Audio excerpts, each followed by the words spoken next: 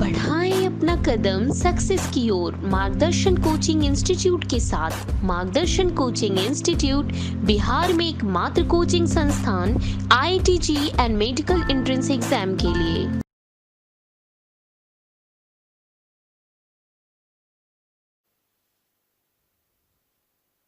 तो last class जो है हम लोग का इलेक्ट्रोकेमिस्ट्री ओवर हुआ था बच्चों। आई होप तुम लोग उसके सवाल बना रहे होंगे ना, क्वेश्चंस वगैरह लगा रहे होंगे, क्योंकि मैंने पूरा लेक्चर जो है इस तरह से कवर करा दिया है कि तुमको वेरियस टाइप ऑफ जो क्वेश्चंस हैं वो वैसे ही दिख जाएंगे, पता चल जाएंगे। इवन मैंने क्वेश्चन भी यहाँ पे बना बना के सॉल्व किया है, तो तुमको कोई भी कन्फ्यूजन नहीं होना चाहिए। आज की जो क्लास है हम लोग एक न्यू चैप्टर स्टार्ट कर रहे हैं सरफेस केमिस्ट्री। चैप्टर जो है छोटा सा है, तो बहुत ज़्यादा नहीं, मतलब हार्डली आई थिंक 5-6 लेक्चर्स लगेंगे इस चैप्टर को कंप्लीट करने में। और इससे हालांकि थ्योरी वाले जो क्वेश्चंस है वो आ जाते हैं कभी कभी एग्जाम में, इसलिए चैप्टर को थोड़ा थ्योरेटिकल पर्पज से समझना इंपॉर्टेंट है। इस चैप्टर में एक नए प्रोसेस के बारे में तुम लोग को पता चलेगा, जिसको हम लोग बोलते हैं एडजॉर्प्शन, है ना। एक प्रोसेस को हम लोग बोलते हैं एडजॉर्प्शन।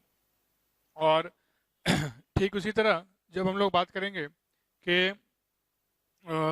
एक प्रोसेस हम लोग बचपन से सुने हुए हैं एब्जॉर्प्शन, तो देखो मैं, है ना, दोनों अलग चीज़ें हैं।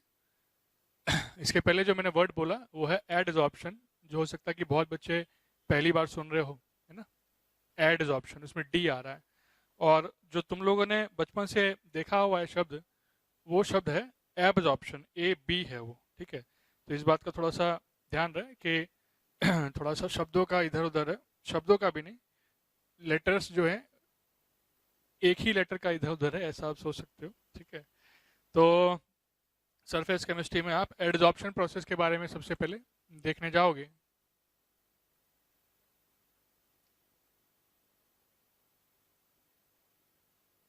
कि एडजॉर्प्शन प्रोसेस जो है वो कैसा होता है ना, इसको हम लोग पता करने जाएंगे। बट देखो, बात यह है कि इसमें थ्योरी तो है ही, हल्का सा एक न्यूमेरिकल आता है जिसको कर्व्स के द्वारा हम लोग कैलकुलेट करते हैं, फ्रेंडली आइसोथर्म कर्व उसको बोलते हैं। तो जहाँ तक मेरा रिकमेंडेशन होगा तुम लोगों के लिए, वो यही होगा कि बेटा तुम लोग जो है इस तरह से अपनी पढ़ाई करो कि उसमें NCERT को इग्नोर नहीं करो, इस चैप्टर में स्पेशली। क्योंकि यहाँ तो मैं अपनी थ्योरी जो हमारे पास है उसको हम कराएंगे ही, है ना। इवन अपने नोट से हम तुमको जो जो इंपॉर्टेंट पॉइंट्स है उसको भी लिखवा देंगे।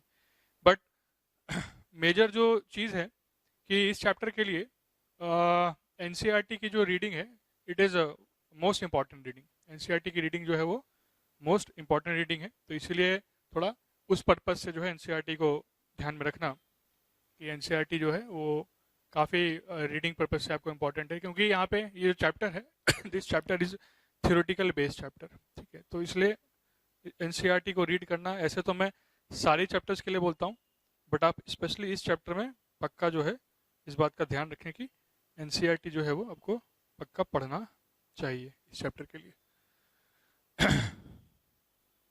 तो जैसे मैंने बोला, इस चैप्टर में हम लोग सरफेस केमिस्ट्री, जैसा कि नाम सजेस्ट कर रहा है कि सरफेस पे कुछ ना कुछ प्रोसेस जो है वो चल रहा होगा, हो रहा होगा, उस तरह से जो है सरफेस केमिस्ट्री नाम शो कर रहा है। अब सरफेस पे जो चीज़ें होती हैं ना, मैं तुम लोगों को केमिकल काइनेटिक्स जब पढ़ाया था तो मैंने तुमको वहाँ पे बताया था कि जो भी सरफेस पे प्रोसेसेस होते हैं वो सारे कौन से ऑर्डर के रिएक्शंस होते हैं, they all are of zero order reaction, है ना। तो जीरो ऑर्डर रिएक्शंस यहाँ पे सबसे पहली बात जो है आपको ध्यान में रखना है कि यहाँ पे जो भी रिएक्शन चल रहा होगा उनका ऑर्डर क्या होगा, जीरो ऑर्डर, ठीक है। क्योंकि they all are occurring at a surface, है ना। सरफेस केमिस्ट्री का मीनिंग यही है कि यहाँ पे on the surface process is occurring. और इस चीज़ के रिलेटेड अपन, जैसा मैंने बोला, कि एक न्यू टर्म यहाँ पे सीखेंगे जिसको हम लोग बोलते हैं एडजॉर्प्शन, ठीक है, एडजॉर्प्शन।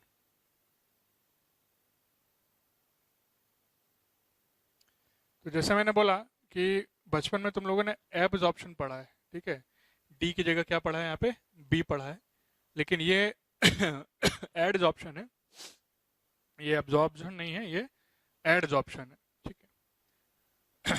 और ये किस तरह से जो है एडजॉर्प्शन प्रोसेस होता है, क्या होता है ना, उसकी पहले की डेफिनेशन में तुम लोग को बताना चाहता हूँ। पहले समझ लो एक बार हिंदी में, उसके बाद अंग्रेजी वाली डेफिनेशन जो है तुम लोग को बताऊंगा। होता क्या है कि जब सरफेस पे कोई दूसरा सब्सटेंस किसी दूसरे जो सरफेस है उस पर आके चिपक जाता है, सरफेस पे किसी के चिपक जाता है ना, चाहे वो सॉलिड हो या लिक्विड हो, सरफेस कैसा भी हो, तो उसको, उस प्रोसेस को हम लोग नाम देते हैं एडजॉर्प्शन। जैसे मेरे पास ये सरफेस है, इस सरफेस पे कोई पार्टिकल आके जो है वो चिपक गया। अब चिपकने का मतलब जो है दो तरह से यहाँ पे होता है, जिसको मैं जब नेचर ऑफ बॉन्ड के टाइप पे एडजॉर्प्शन के टाइप्स बताऊंगा तब मैं तुमको वहाँ पे इसका जिक्र भी करूंगा कि एडजॉर्प्शन जो है वो दो टाइप से हम लोग बोलते हैं। एक को हम लोग नाम देंगे फिजिकल एडजॉर्प्शन और एक को नाम देंगे केमिकल एडजॉर्प्शन, ठीक है। तो ये सब क्या है और किस तरह से होता है उस पर हम लोग डिस्कशन भी करेंगे। पहले एडजॉर्प्शन, जैसे मैंने हिंदी वाली डेफिनेशन तुमको बता दी कि हम लोग क्या बोलते हैं कि कोई सरफेस पे दूसरा सब्सटेंस आके बैठ गया, चिपक गया, ठीक है, उस प्रोसेस को हम लोग क्या नाम देते हैं, उस प्रोसेस को हम लोग नाम देते हैं एडजॉर्प्शन। तो इंग्लिश में डेफिनेशन इसको क्या बोलेंगे हम लोग कि accumulation, accumulation of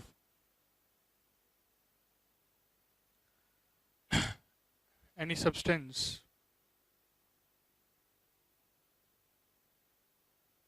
on the surface of another substance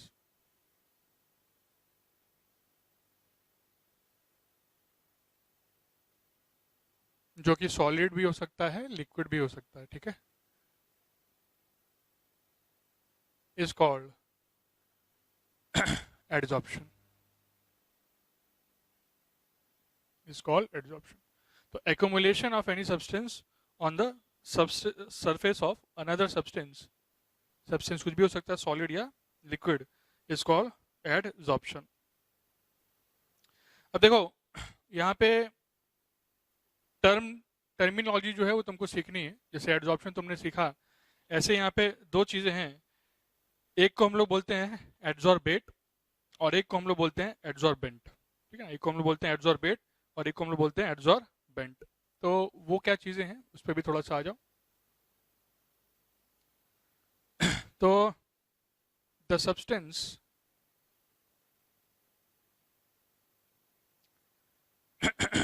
which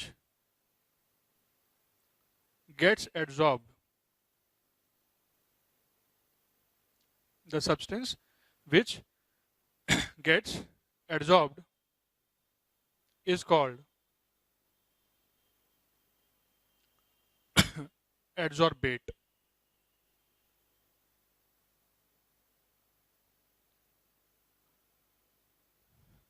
And the substance which provides the surface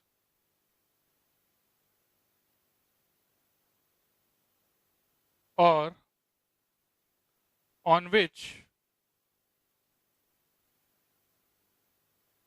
adsorption takes place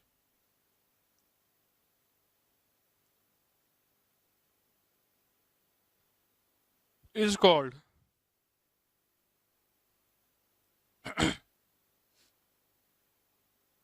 adsorbent।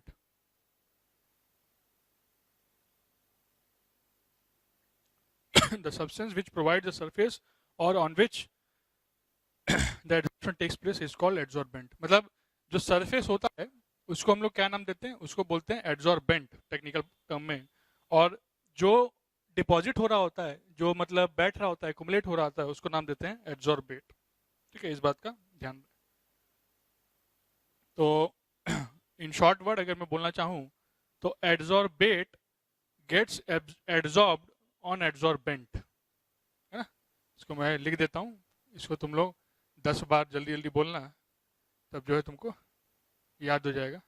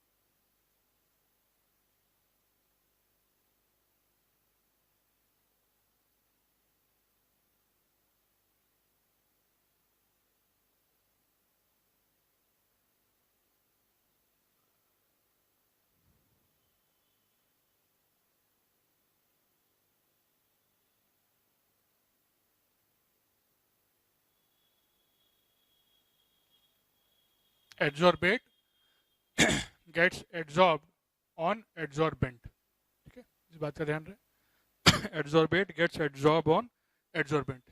तो इस लाइन को जो है कम से कम 10 बार जल्दी जल्दी जो है एकदम आपको बोलना है। तो वो घर पे अपने बोलते रहना, adsorbate gets adsorb on adsorbent, adsorbate gets adsorb on adsorbent, है ना, इस तरीके से बोलते रहना है। तो ये याद हो जाएगा कि एड्सॉर्बेट जो होता है वो एड्सॉर्बेंट के ऊपर एड्सॉर्ब होता है ना, एड्सॉर्प्शन प्रोसेस कराता है। अब देखो अगर मैं बात करता हूँ कि बेसिक डिफरेंस क्या है एडजॉर्प्शन और एबजॉर्प्शन में, है ना, क्योंकि तुमने दोनों चीज़ें पढ़ी हुई हैं। तो the basic difference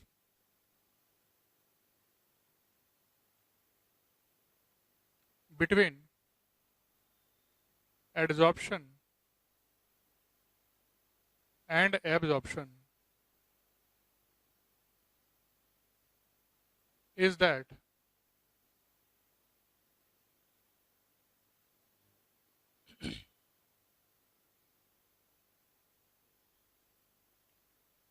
adsorption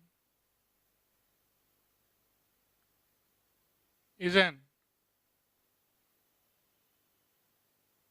adsorption is a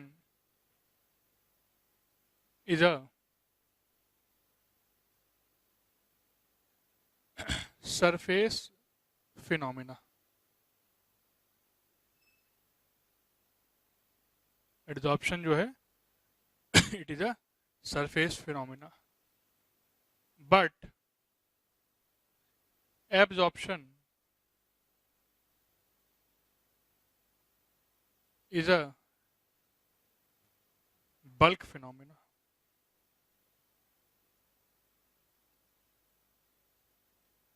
इस बात को समझो, जो आप एब्जॉर्प्शन बोलते हो बी वाला, है ना, तो इसमें इसका मतलब हिंदी में अगर मैं बोलूँ तो कोई चीज़ किसी को सोख रहा है ना, सोखना।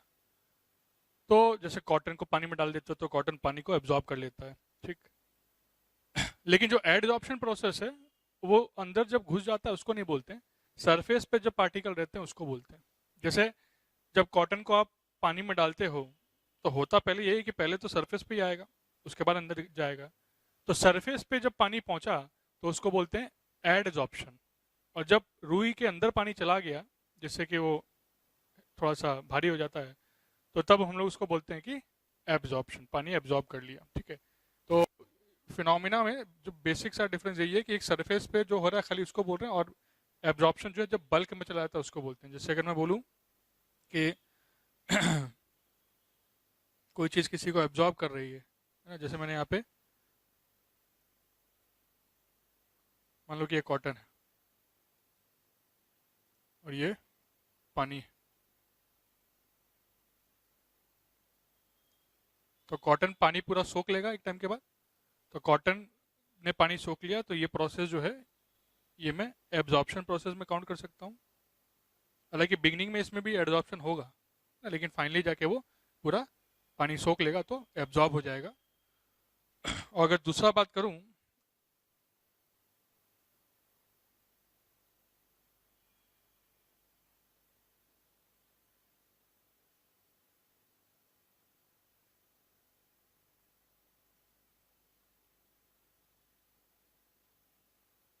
दूसरा अगर बात करूं कि एब्जॉर्प्शन, एडजॉर्ब, ये एब हो गया ना, दूसरा एडजॉर्प्शन, तो उसमें आप ऐसा सोच सकते हो कि मान लो कि सरफेस है, मेटालिक सरफेस है, मान लो कि पीडी है, पैलाडियम। तो पैलाडियम के सरफेस पे क्या करते हैं कि H2 गैस को एड्जॉर्ब करवाते हैं। तुमने ऑर्गेनिक केमिस्ट्री में रिएक्शन भी पढ़ी होगी जिसमें कि एरो के ऊपर आप लिखते हो कि H2 प्लस पी डी, है ना, या H2 in the presence of P D, जो कि कैटलिस्ट का काम वहाँ पे करता है। तो H2 गैस क्या होता है कि पीडी के अंदर घुसती नहीं है, पीडी के सरफेस के ऊपर एड्जॉर्ब हो जाती है। So this process is example of adsorption. ये प्रोसेस कैसा है? एडजॉर्प्शन।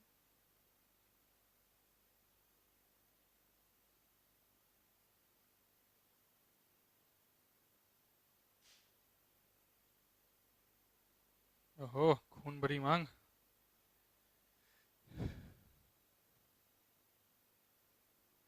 इतना इंक ठूस दिया है।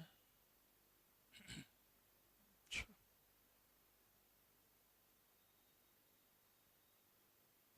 ठीक है। तो ये हुआ एडजॉर्प्शन कि सरफेस पे जो है गैस के पार्टिकल्स, है ना, पीडी सरफेस पे क्या होगा कि बाइंड कर गया। और इसमें क्या है, इसमें ये एब्जॉर्प्शन है, एब्जॉर्ब हो रहा है, पानी पूरा सोख लिया। तो द बेसिक डिफरेंस जो है यही है कि ये सरफेस प्रॉपर्टी है और वो क्या है, पूरा बल्क प्रॉपर्टी है। अब देखो, जैसे मैंने बोला स्टार्टिंग में उसमें भी क्या होगा, उसमें भी स्टार्टिंग में पहले तुम्हारा प्रोसेस जो चलेगा वो एड्जॉर्प्शन का ही चलेगा कि पहले रुई के सरफेस पे पानी आएगा और फिर अंदर घुस जाएगा पानी। तो मतलब एक्यूमुलेशन के बाद जो है उसमें फिर अंदर चला जाएगा पानी, तो एब्जॉर्प्शन उसको बोल देंगे। तो इस बात का ध्यान रहे।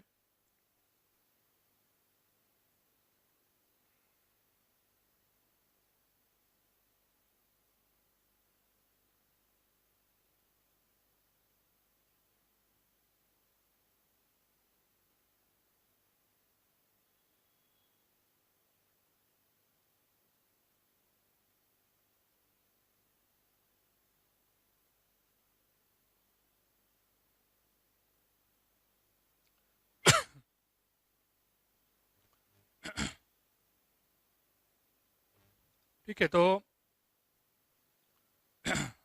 एड्जॉर्प्शन और एब्जॉर्प्शन की बात चल रही थी, क्या बोल रहा था मैं? हाँ, तो उसमें भी पहले हो यही रहा है बेटा कि पहले क्या होता है कि एड्जॉर्ब होता है सरफेस पे, उसके बाद पानी अंदर घुस जाता है। तो प्रोसेस तो दोनों, मैं एक तरह से अगर बोलूँ तो साइमल्टेनियसली ही होते हैं। एब्जॉर्ब कोई भी चीज़ बिना एड्जॉर्ब के नहीं हो सकती। ये बात तुमको लॉजिकली करेक्ट लग रही है कि नहीं, बताइए? Is it logically correct what I am saying, that पहले क्या होगा, पहले एड्जॉर्ब ही होता है, उसके बाद ही अंदर घुस के एब्जॉर्ब होगा ना। तो ये जो प्रोसेस हैं दोनों, एडजॉर्प्शन एंड एब्जॉर्प्शन, जो कि टेक्निकली अलग अलग प्रोसेस मैंने बोल दिया, क्योंकि अगर मान ली कोई चीज़ खाली सरफेस पे होती है तब उसको एब्जॉर्प्शन नहीं बोल सकते, तब तो खाली एडजॉर्प्शन बोलेंगे। लेकिन एब्जॉर्प्शन जो है ये बिना एडजॉर्प्शन के नहीं हो सकता है। जैसे रुई में पानी वाली हमने जो बात बोली, तो पहले तो पानी सरफेस पे ही आएगा ना रुई के, उसके बाद अंदर घुस जाएगा। तो इट इज ऑब्वियस कि आपको थोड़ा इस बात का ध्यान रखना पड़ेगा। क्लियर है? तो मैं यहाँ पे लिख देता हूँ कि बोथ प्रोसेस ऑकर्स साइमल्टेनियसली। थोड़ा यहाँ पे टर्मिनोलॉजीज का आपको ध्यान रखना है कि इसको क्या नाम देते हैं, क्या क्या बुलाते हैं। ये तो एग्जाम्पल की बात हो गई जो हमने ड्रॉ करके आपको यहाँ पे लिखा दिया।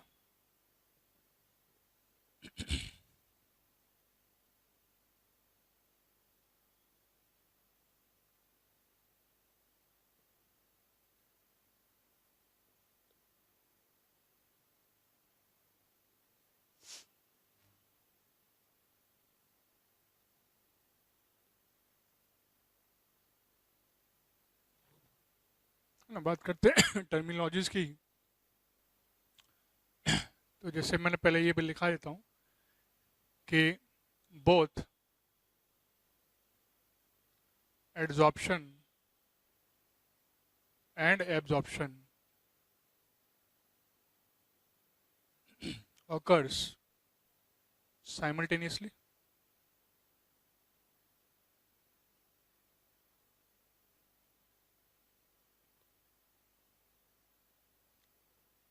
and इसको when करके लिख लो, है ना, when both adsorption and or adsorption occur simultaneously and the process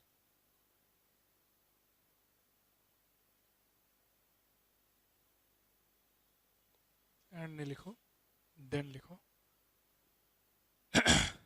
then the process is simply called absorption. The process is simply called absorption.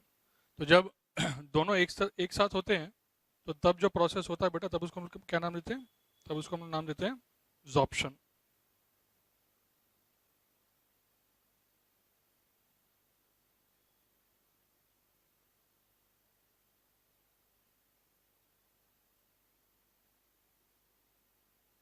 तो इस बात का ध्यान रहे कि एड्जॉर्प्शन और एब्जॉर्प्शन जो है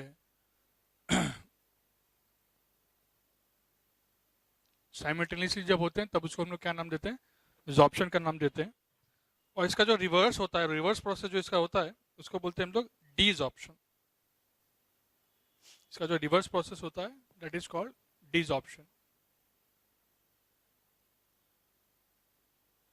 reverse process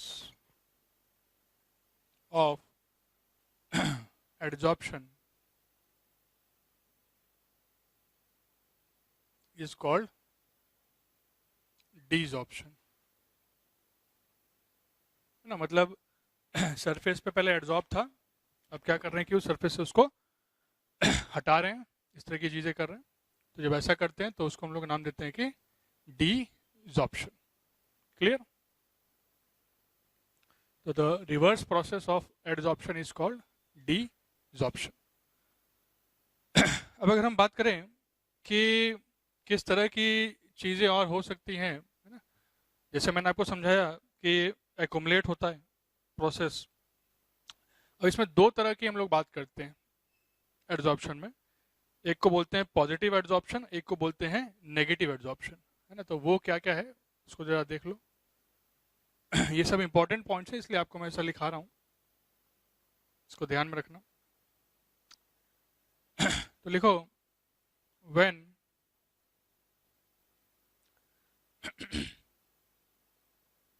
adsorption is more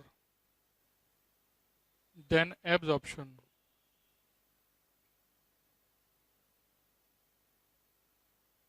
then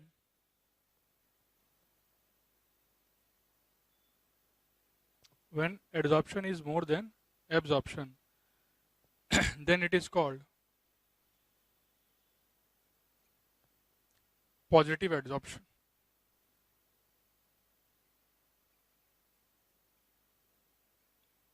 इसका मीनिंग क्या है? इसका मीनिंग ये है बेटा कि अगर सरफेस पे मेरे पास पार्टिकल्स ज़्यादा हैं एज कम्पेयर टू पार्टिकल्स किसके, जो दूसरे वाली चीज़ जो आ रही थी, एज कम्पेयर टू कि जो बल्क के अंदर है, तो हम लोग उसको बोलते हैं कि वो पॉजिटिव एड्जॉर्प्शन है, मतलब वहाँ पे एड्जॉर्प्शन ज़्यादा है ना. It means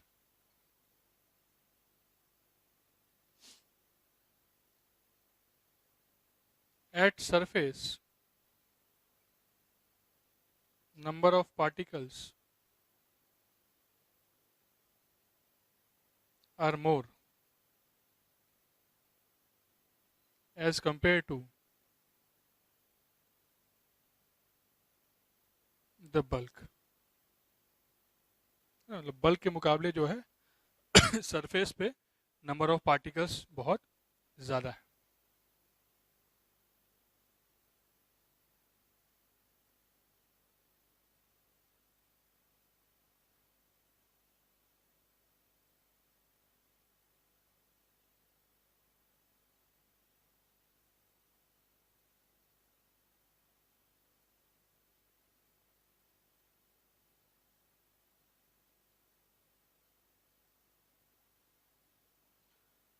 It means at the surface the number of particles are more as compared to the bulk, है ना, बल्क के मुकाबले सरफेस पे जो पार्टिकल्स हैं वो ज़्यादा हैं. सिमिलरली हम लोग नेगेटिव एब्जॉर्प्शन भी देख सकते हैं.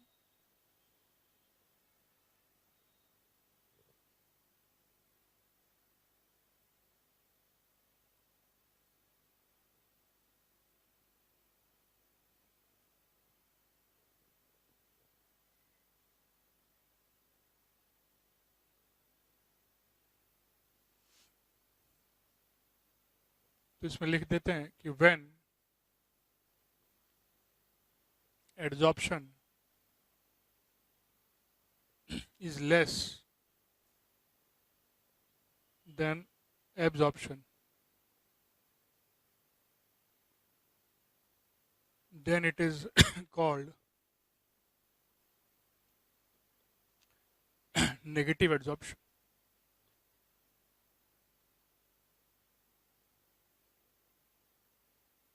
Now, when adsorption is less than absorption, then it is called negative adsorption. It means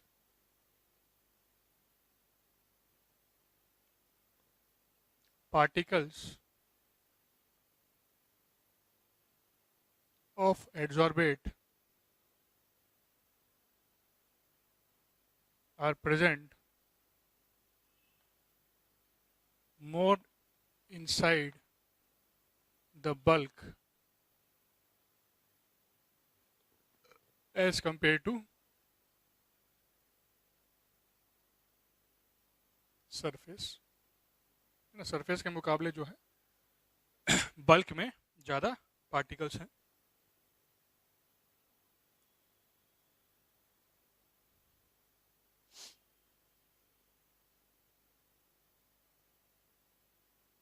ठीक है, तो ये हुआ पॉजिटिव और नेगेटिव एब्जॉर्प्शन. ये था based upon the number of particles. ठीक है ना, ये जो डिवीजन मैंने किया पॉजिटिव और नेगेटिव का, इसका बेसिस क्या है? The basis is number of particles.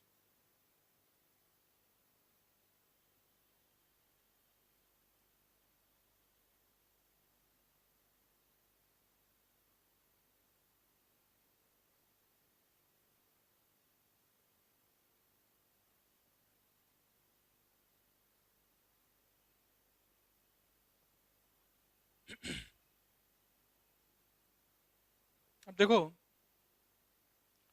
जब हम बात करते हैं कि कोई गैस किसी सरफेस पे डिपॉजिट हो रही है आके, जैसे मैंने भी एग्जांपल तुमको दिया था एड्जॉर्प्शन का, तो जब भी कोई गैस किसी सरफेस पे आके एकोमुलेट होती है, डिपॉजिट होती है, तो उसको एक टर्म दिया गया है. मैं जैसे पहले ही तुमको बोला, इस पूरे चैप्टर में बेटा टर्मिनोलॉजी बहुत इंपॉर्टेंट है ना. आपको न्यू टर्म्स जो है यहाँ पे सुनने को मिलेंगे, तो टर्म को थोड़ा डेफिनेशन वाइज ध्यान में रखो, जिससे कि आपको कंफ्यूजन कभी नहीं होगा ना. चैप्टर थ्योरेटिकल है, बाकी बहुत कुछ हमें इसमें सीधे अपने नोट्स से आपको लिखवाना ही है, लेकिन जहाँ पे जो चीज़ समझाने की है या न्यू टर्म्स हैं जो पहली बार आप सुनोगे, तो ऑब्वियसली मैं आपको थोड़ा वो फोकस ज़्यादा करूँगा. तो एक टर्म है जिसको बोलते हैं कि ओक्लूजन. ओक्लूजन, ठीक है. पता नहीं तुम लोगों ने पहले आज से ये टर्म कभी सुना है या नहीं. वैसे तो इसी चैप्टर में आता है, कभी कभी इनऑर्गेनिक में बता दिया जाता है.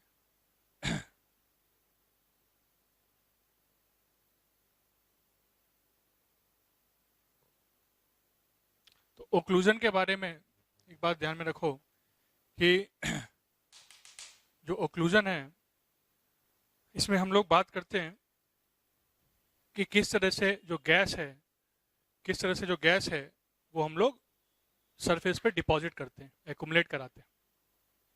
किसी भी सरफेस पे जो गैस है वो किस तरह से एक्युमुलेट करवाते हैं. जो मैंने भी एग्जांपल दिए, एग्जांपल क्या था कि जैसे H2 गैस PD सरफेस के ऊपर मैंने एक्युमुलेट करवाया, है ना. इन द सेम वे आप किसी और सरफेस पे भी डिपॉजिट करा सकते हैं, जिस सरफेस पे लिखा जाता है. जैसे कि रोडियम सरफेस हो गया, निकल, H2Ni भी आपने बहुत बार यूज़ किया होगा एज ए रिड्यूसिंग एजेंट, ठीक है। तो उसी प्रोसेस को क्या नाम देते हैं, ओक्लूजन नाम दिया जाता है। तो यहाँ पे मैं लिख देता हूँ, द accumulation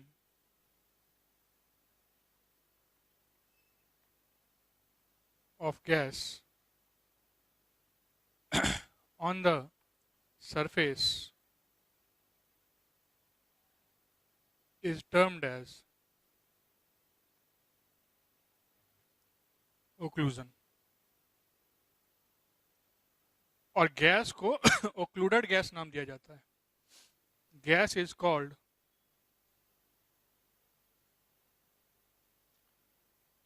ओक्लूडेड गैस। गैस को क्या नाम देते हैं हम लोग, ओक्लूडेड गैस नाम दिया जाता है, ठीक है। गैस को ओक्लूडेड गैस बोलते हैं। जैसे H2 gas on the surface of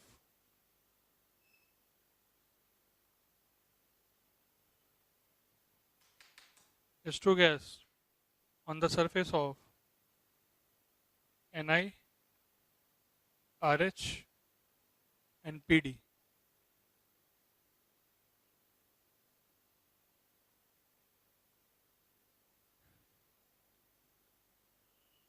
H2 gas on the surface of Ni, RH and PD, है ना। RH मतलब रोडियम हो गया तुम्हारा, Ni मतलब निकल।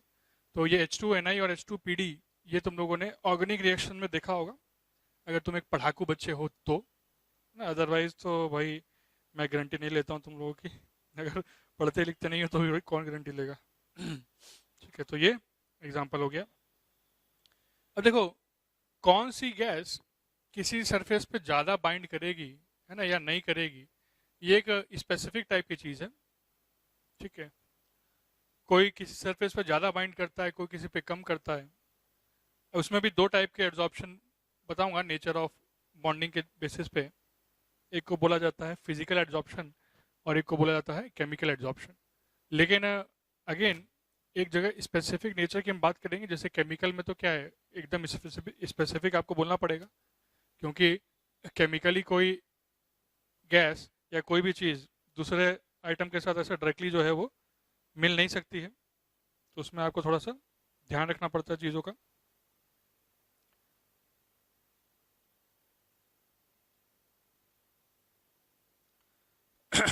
ऑन द सेम बेसिस ऐसा बोल सकते हैं कि जब हम बात करते हैं जैसे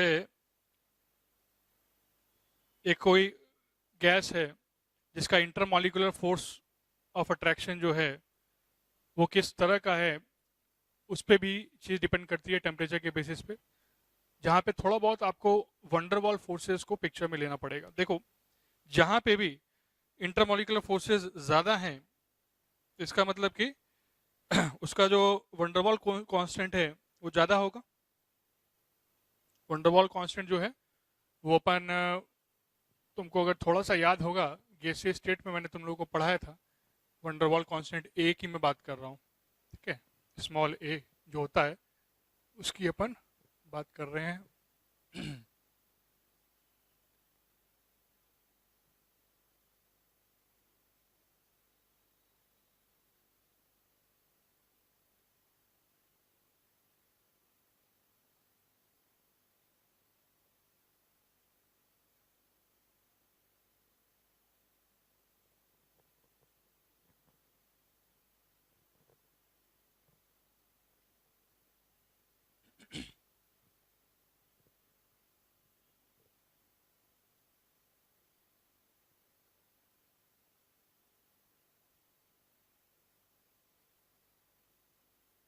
तो थोड़ा एक बार वंडरवॉल इक्वेशन को देख लो, जिससे तुमको थोड़ा याद आ जाएगा।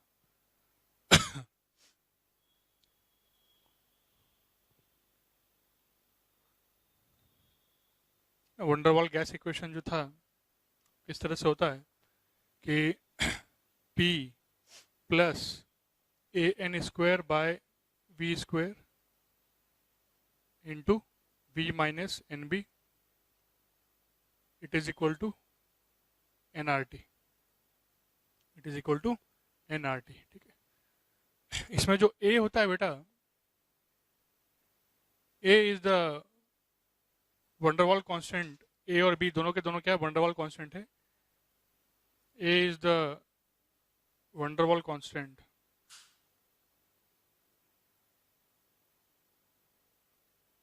For attractive force. A is the van der Waals constant for attractive force. तो मैं फिलहाल ए की बात कर रहा हूँ। तुम्हें पता है कि जिस भी गैस का ए ज़्यादा होता है उसका इंटरमॉलिक्यूलर फोर्स ऑफ अट्रैक्शन ज़्यादा होता है। जिस भी गैस का ए ज़्यादा होता है उसका इंटर मॉलिक्यूलर फोर्स ज़्यादा होता है। और जब ए ज़्यादा है, इंटरमॉलिक्यूलर फोर्स ज़्यादा है, इसका मतलब क्या है कि उसका डिपोजिशन या उसका जो एक्यूमुलेशन है वो भी ज़्यादा होगा, तो उसका एड्जॉर्प्शन भी काफ़ी इजी होगा, एड्जॉर्प्शन भी काफ़ी हाई होगा, है ना। इजी होगा और ज़्यादा होगा, हाई होगा। तो इंटरमॉलिक्यूलर फोर्स ऑफ अट्रैक्शन ज़्यादा होता है तो एड्जॉर्प्शन हाई होता है। अच्छा, इसी चीज़ को आप इस तरह से भी सोच सकते थे कि अगर मैं बोलूँ क्रिटिकल टेम्परेचर, मुझे डिफरेंट डिफरेंट गैसेस दे दिया है और पूछा कि इन सभी गैसेस में से बताओ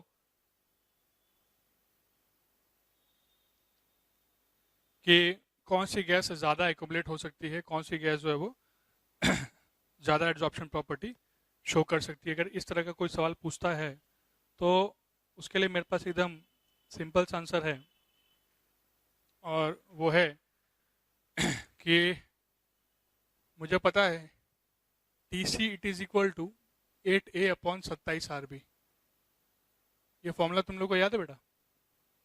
गैसीय स्टेट में हमने तुम्हें क्रिटिकल टेम्परेचर का डेटा बताया था। तो मैं ये सब बातें क्यों तुमको याद दिला रहा हूँ, क्योंकि डिफरेंट डिफरेंट गैसेस रहेगा तो आप कोई भगवान तो हो नहीं कि भाई गैस को देख के जो है आप जज कर लोगे कि हाँ ये जो गैस है सर ये ज़्यादा एड्जॉर्ब हो जाएगी, ये जो है कम एड्जॉर्ब हो जाएगी। तुक्का तो ऐसे मार नहीं सकते हो। लेकिन अगर आपको पता रहेगा कि जिसका इंटरमॉलिक्यूलर फोर्स ज़्यादा है, अब अगेन तुम ये भी तुक्का नहीं मार सकते हो कि इंटरमॉलिक्यूलर फोर्स किसका ज़्यादा होता है, ठीक है, क्योंकि तुम क्या जानने गए, तुम तो भाई अनजान हो, इस दुनिया से ही अनजान हो। लेकिन क्वेश्चन ने अगर तुमको डेटा दे दिया, क्रिटिकल टेम्परेचर का देगा, या ए का भी डायरेक्टली कभी कभी दे देता है, उससे भी आप अंदाजा लगा सकते हो। तो क्रिटिकल टेम्परेचर का अगर डेटा दे दिया तो ऑब्वियसली क्रिटिकल टेम्परेचर दिख रहा है, it is directly proportional to ए।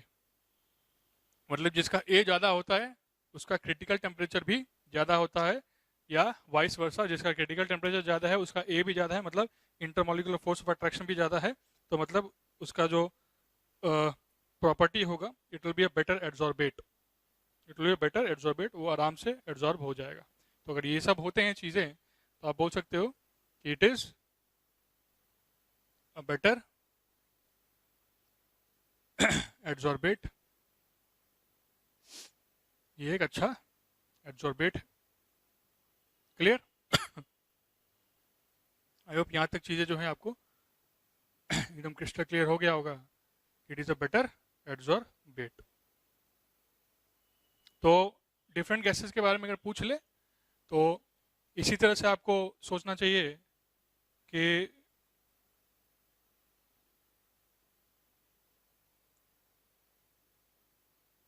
किस तरह से आपके पास कोई डेटा है ए का कि नहीं, टीसी का डेटा है कि नहीं, है ना। या कभी कभी बॉन्ड वॉन्ड से आप सोच सकते हैं, वंडरवॉल इंटरेक्शन से, जो आप इनऑर्गेनिक कहीं कहीं फंसा सकते हैं, ठीक है। तो ये एक बेसिक सा आइडिया हुआ बेटा इस चैप्टर का कि सरफेस केमिस्ट्री होता क्या है, इसमें क्या क्या आपको पढ़ना है। तो इसमें देखो मैंने बताया एड्जॉर्बेट, एड्जॉर्बेंट, ठीक है, फिर उसके बाद एड्जॉर्बेट, एड्जॉर्बेंट, और उसके बाद फिर जो है किस तरह से उसके प्रॉपर्टीज़ को कंपेयर कर सकते हो, what is the basic difference, है ना। इन सब की हम लोगों ने यहाँ पे बात कर ली। अब थोड़ा सा थर्मोडायनेमिक्स को पिक्चर में लेते हैं कि भाई एड्जॉर्प्शन का थर्मोडायनेमिक्स क्या है।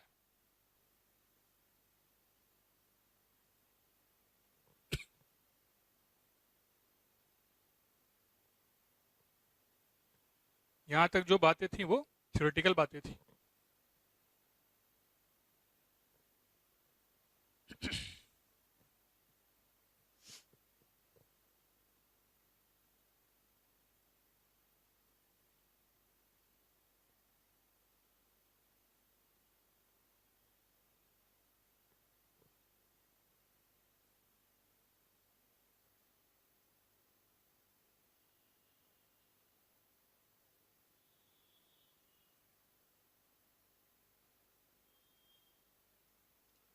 है ना, थर्मोडायनेमिक्स ऑफ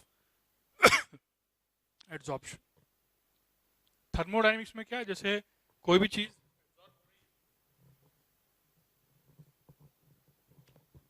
एब्जॉर्ब होने का कौन सा मीनिंग है, कोई भी चीज किसी पे कब एब्जॉर्ब होती है, जब उसमें कुछ ना कुछ इंटरेक्टिव फोर्स बीच में काम कर रहे हैं।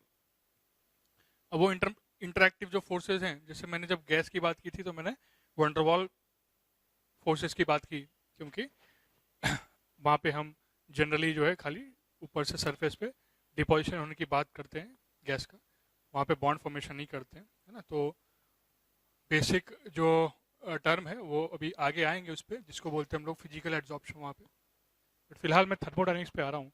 एड्जॉर्प्शन जो प्रोसेस है, यहाँ पे कहीं ना कहीं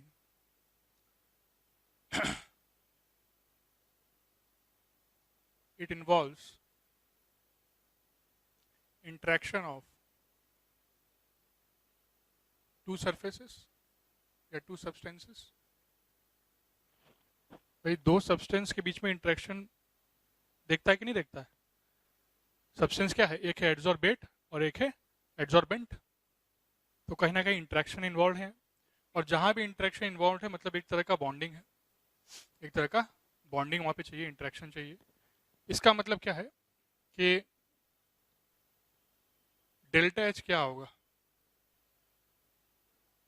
भाई, जब आप पास लाते हो चीज़ों को, जब बॉन्ड फॉर्मेशन वगैरह होता है ना, तो बॉन्ड फॉर्मेशन के दौरान डेल्टा एच क्या निकल के आता है, जो वहाँ निकल के आता है वो ही यहाँ पे भी निकल के आना चाहिए, पॉजिटिव या नेगेटिव या जीरो जो भी होता है। क्यों? क्योंकि ये भी एक तरह का इंटरेक्शन है, मतलब कि आपस में बॉन्ड फॉर्मेशन की टाइप की बात यहाँ पे चल रही है। तो डेल्टा एच जो है वो नेगेटिव होगा बेटा, आई होप तुमने पढ़ा होगा। जब बॉन्ड फॉर्मेशन होता है तो जो एंथैल्पी ऑफ रिएक्शन है वो नेगेटिव होता है ना, डेल्टा एच इज नेगेटिव। ठीक है, बहुत सी रिएक्शंस का जो है डेल्टा एच का वैल्यू जो है आप चेक कर सकते हैं अपने किताब में या फिर गूगल वगैरह पे। तो जब भी बॉन्ड फॉर्मेशन होता है ना, आपके नोट्स में सर ने भी आपको लिखाया होगा जब आप केमिकल बॉन्डिंग पढ़ रहे होंगे तो बॉन्ड फॉर्मेशन के दौरान ऐसा देखा गया है कि डेल्टा एच जो है वो क्या आता है बेटा, नेगेटिव निकल के आता है। Delta H is negative not positive. क्यों? क्योंकि there is a attractive force involve. एक बात का हमेशा ध्यान रखना, जहां भी अट्रैक्टिव फोर्सेज इन्वॉल्व होती है ना, वहां पे कुछ एनर्जी सिस्टम से रिलीज होती है, और जहां पे रिपल्सिव फोर्स होता है वहां पे सिस्टम एनर्जी गेन कर रहा होता है। क्यों? क्योंकि जहां भी अट्रैक्टिव फोर्सेज हैं वहां पे कुछ एनर्जी को रिलीज करके वो स्टेबलाइज हो जाता है अट्रैक्ट होके। ठीक है, तो इस वजह से इन चीज़ों का ध्यान आपको रखना है। तो बॉन्ड और बॉन्डिंग में आपने पढ़ा ही ऐसे भी कि डेल्टा एच क्या होता है भाई, नेगेटिव होता है ड्यूरिंग बॉन्ड फॉर्मेशन। तो एड्सॉर्प्शन प्रोसेस इन्वॉल्व करा interaction between the two substance. तो एक बात क्लियर है कि एंथैल्पी जो है ना, इसको यहाँ पे नाम क्या देते हैं हम लोग, इसको बोलते हैं enthalpy of adsorption. Enthalpy of adsorption, ये यहाँ पे हम लोग इसको बुलाते हैं ना, this is enthalpy of adsorption. तो एंथैल्पी ऑफ एड्सॉर्प्शन जो है यहाँ पे नेगेटिव पाया गया है, इट इज नेगेटिव। अब एंट्रोपी चेंज की बात करते हैं, डेल्टा एस की बात करते हैं भाई। तो डेल्टा एस किस तरह से होता है, डेल्टा एस मतलब entropy change, entropy of adsorption, entropy of adsorption.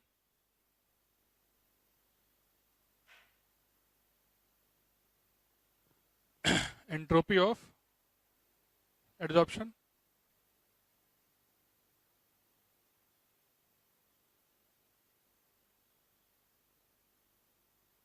Delta S क्या होना चाहिए? पॉजिटिव होना चाहिए, नेगेटिव होना चाहिए? बताओ अपने अकॉर्डिंग डेल्टा एस क्या होना चाहिए? एंट्रोपी चेंज का मतलब क्या होता था? एंट्रोपी चेंज का मतलब ये होता है कि अगर हम बात करते हैं रैंडमनेस की, सिस्टम का जो रैंडमनेस है,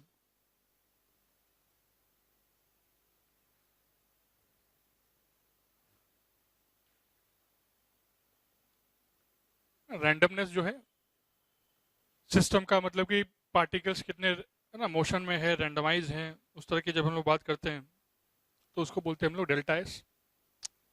अब जब एक चीज दूसरे पे आके बैठ गई, एक चीज दूसरे पे आके एब्जॉर्ब हो गई, बैठ गई, तो बताओ रैंडमनेस कम हो गया कि रैंडमनेस ज्यादा हो गया? सिंपल सा सवाल पूछ रहे हैं कि रैंडमनेस जो है, पहले पार्टिकल जो है, जैसे गैस ही की बात कर रहा हूँ, गैस पूरा रैंडमाइज था मोशन, अब एक सरफेस पे आके वो आके चिपक गया,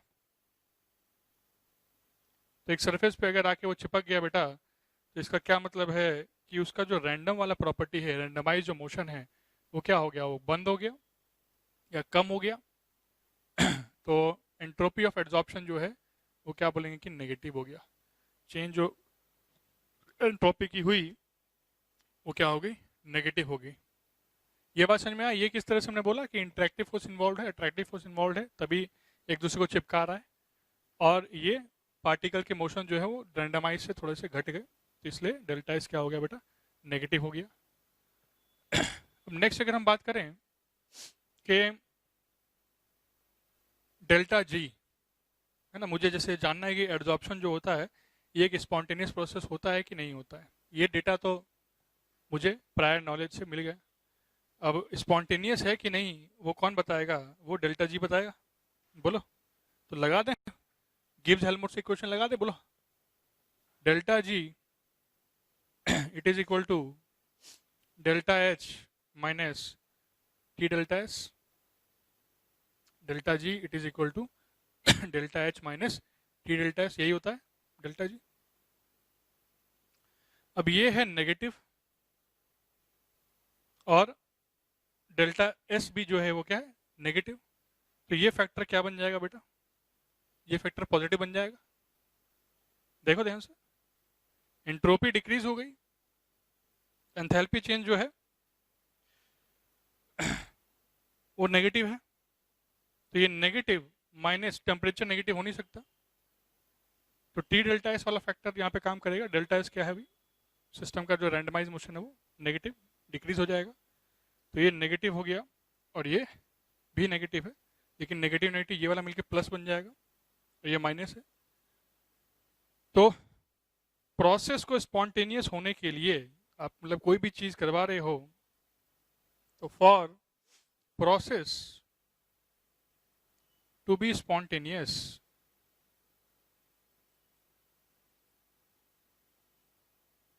कंडीशन क्या आ गई कि डेल्टा एच के जो मॉड अगर मैं निकालूं, इसका जो वैल्यू है, it should be greater than the mod value of T delta S.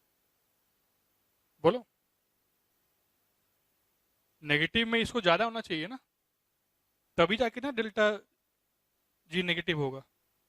This implies delta G is equal to negative, है ना। ये हुआ मैथमेटिकली, आपने देखा कि स्पॉन्टेनियस हमको अगर बोलना है प्रोसेस, जो कि एक्चुअली में होता है, adsorption process is a spontaneous process, ये बात हमेशा याद रखना। Adsorption process is a spontaneous process, क्योंकि इसमें कुछ करने की जरूरत नहीं पड़ती, अपने आप वो आके चिपक जाता है। डेल्टा जी तो इसका नेगेटिव होगा। यहाँ पे मैंने आपको बस एक कंडीशन लिखाई कि अगर आपसे पूछ ले कि भाई डेल्टा एच और डेल्टा एस के रेस्पेक्ट में कोई रिलेशन बताओ कि भाई स्पॉन्टेनिटी कंडीशन जो वैलिडेट कर रहा हो, तो आप वहाँ पे इस चीज़ का जिक्र कर सकते हैं कि भैया ऐसा है कि डेल्टा एच का जो मॉड वैल्यू है वो हमेशा ज़्यादा होता है as compare to T delta S in the process of adsorption, क्योंकि एड्जॉर्प्शन एक होता ही स्पॉन्टेनियस प्रोसेस है। तो ये वैल्यू हमेशा वैलिडेट होगी कि जो दिस इज ऑलवेज वैलिड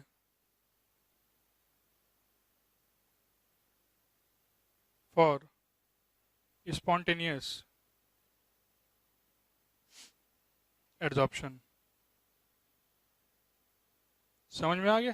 तो यहाँ पे थोड़ा सा हमने थर्मोडायनेमिक्स यूज़ किया है, हमने गिब्स हेल्महोल्ट्ज इक्वेशन को यहाँ पे बेटा यूज़ किया है। तो ये दोनों बातें तुम लोग को एकदम क्लियर हो जानी चाहिए। आई गेस क्लियर हो गई हो। अब बात करते हैं कि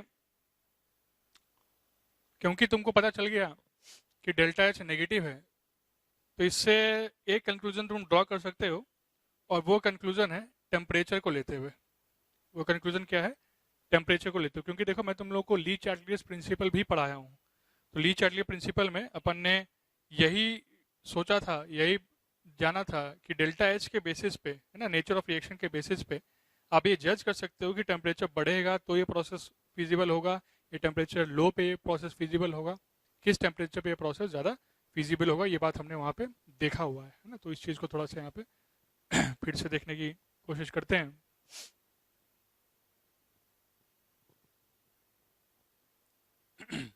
आई होप डेल्टा जी वाला कंसेप्ट क्लियर हो गया होगा, और कंडीशन जो है स्पॉन्टेनिटी की एड्जॉर्प्शन वाली वो भी क्लियर होगी कि इस तरह से आपको पूछ सकता है कि डेल्टा एच और डेल्टा एस में क्या रिलेशन आप लगा सकते हो एड्जॉर्प्शन प्रोसेस के लिए।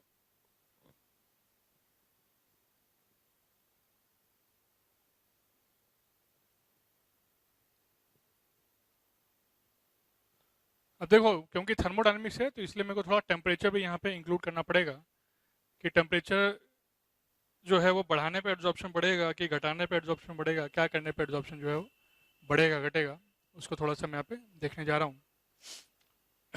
तो तुम्हें पता है कि डेल्टा एच नेगेटिव निकल के आया। तो पहला पॉइंट, इफ टेम्परेचर इंक्रीजेस तब क्या होना चाहिए? डेल्टा एच अगर नेगेटिव है मतलब प्रोसेस कैसा हुआ बेटा? डेल्टा एच अगर नेगेटिव है it means the process is exothermic process. The nature of reaction is exothermic. ये एक्सोथर्मिक रिएक्शन का एक पार्ट है। अगर ये एक्सोथर्मिक है इसका मतलब ये हीट फेंक रहा है, हीट रिलीज कर रहा है। तो डेल्टा एच अगर नेगेटिव है, ये एक एक्सोथर्मिक प्रोसेस है, तो एक्सोथर्मिक में अगर तुम और टेम्परेचर दोगे, ये चाहता है, देखो मैं तुमको याद कराता हूँ कि 11वीं में अपन ने क्या पढ़ा है डी चैटले प्रिंसिपल में। ये चाहता है कि ये हीट फेंके और तब ये रिएक्शन होए, और तू और इसमें हीट दे रहा है, तो ये होगा कभी? ये चाहता है कि हीट फेंके, हीट ना ले, हीट को त्यागे, और तब ये रिएक्शन हो रही है। ये रिएक्शन हीट त्याग के हो रही है और तू और हीट देगा, तो क्या उस डायरेक्शन में वो रिएक्शन होगी? नहीं होगी। ठीक है, तो if temperature increases then the rate of adsorption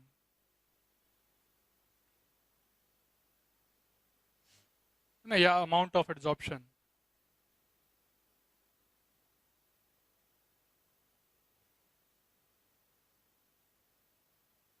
decreases. बात समझ में आया? अगर तुम टेम्परेचर बढ़ा देगा तो वहां कम हो जाएगा एड्जॉर्प्शन।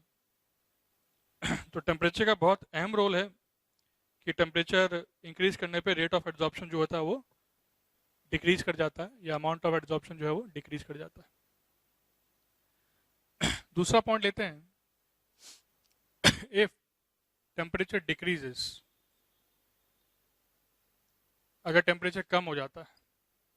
अब देखो वो चाह रहा था कि हीट भागे और तूने टेम्परेचर भी कम कर दिया, मतलब तूने उसकी हीट भगवा दी, तूने उसकी हीट जो है वो भगवा दी।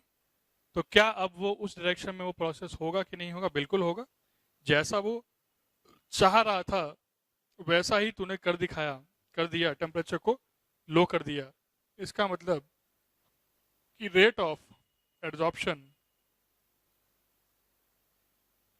या अमाउंट ऑफ एड्जॉर्प्शन क्या हो जाएगा? इंक्रीज हो जाएगा, है ना, इंक्रीजेस। तो ये बात रही थर्मोडायनेमिक्स की कि आपको नेचर ऑफ रिएक्शन के बेसिस पे आप ऐसा जज कर सकते थे कि टेम्परेचर बढ़ाने पे एड्जॉर्प्शन बढ़ता है कि घटता है। अब देखो यहाँ पे तो ये जो मैंने पॉइंट लिखाया है ये थर्मोडायनेमिक्स के हिसाब से आपको पॉइंट लिखाया है, और इवन जो हमने पॉजिटिव एड्जॉर्प्शन और नेगेटिव एड्जॉर्प्शन भी देखा है वो नंबर ऑफ पार्टिकल्स कहाँ पे कितने हैं बल्क के अंदर और सरफेस के अंदर, उसके बेसिस पे मैंने तुम्हें बताया है। लेकिन एक और टाइप होता है which is based upon interaction involve, है ना, टाइप ऑफ बॉन्ड फॉर्मेशन। जैसे किसी में वंडरवॉल फॉर्मेशन की मैं बात कर रहा हूँ, किसी में मैं केमिकल बॉन्ड फॉर्मेशन की बात कर लूँगा। तो उसके बेसिस पे भी दो टाइप्स होते हैं एड्जॉर्प्शन के, एक को बोलते हैं फिजिकल एड्जॉर्प्शन और एक को बोलते हैं हम लोग केमिकल एड्जॉर्प्शन। ठीक है, थोड़ा सा भी ब्रीफ में बता देता हूँ, बाकी डिटेलिंग जो है और पूरा चार्ट आपको जो उसके बीच में जो कंपैरिजन है वो अगली क्लास में मैं तुम्हें बताऊंगा। तो बेसिक डिफरेंस क्या है दोनों में, फिजिकल एड्जॉर्प्शन जो है जिसको हम लोग फिजिजॉर्प्शन भी बोलते हैं एक तरह से, तो उसमें वंडरवॉल फोर्स इंटरेक्शन की हम लोग बात कर रहे होते हैं, है ना, उसमें हम लोग वंडरवॉल फोर्स की बात कर रहे होते हैं। और ये जो केमिकल एड्जॉर्प्शन होता है जिसको केमिजॉर्प्शन भी बोला जाता है, तो केमिकल एड्जॉर्प्शन में हम लोग बॉन्ड फॉर्मेशन की बात कर रहे होते हैं। तो ये बेसिक सा डिफरेंस है। अब इसमें और भी चीज़ें हैं, जैसे एंथैल्पी किसमें ज़्यादा होती है या किसमें जो है हमको एक्टिवेशन एनर्जी चाहिए नहीं चाहिए, कितनी चाहिए, ये सब कुछ जो है उसमें हम लोग बात करेंगे। तो फिलहाल आज एक स्टार्ट हुआ है सरफेस केमिस्ट्री का, जिसमें प्रोसेस मैंने आपको समझाया कि क्या क्या होता है, और हमने थर्मोडायनेमिक्स जो है एड्जॉर्प्शन का कवर कर लिया। टर्मिनोलॉजीज को ध्यान में रखना, एड्जॉर्बेट, एड्जॉर्बेंट, एड्जॉर्प्शन, एड्जॉर्प्शन और एब्जॉर्प्शन में क्या अंतर है ना, जॉर्प्शन क्या होता है, डीजॉर्प्शन क्या होता है। तो ये सारी जो चीज़ें हमने थोड़ा तुम्हें आज बताने की कोशिश की है। तो आज के लिए इतना ही। अगली क्लास में जैसा मैंने बोला एक और क्लासिफिकेशन है based upon the interactive force, उसको हम लोग डिस्कस करेंगे। तब तक जो है आप इसको आराम से नोट डाउन करो।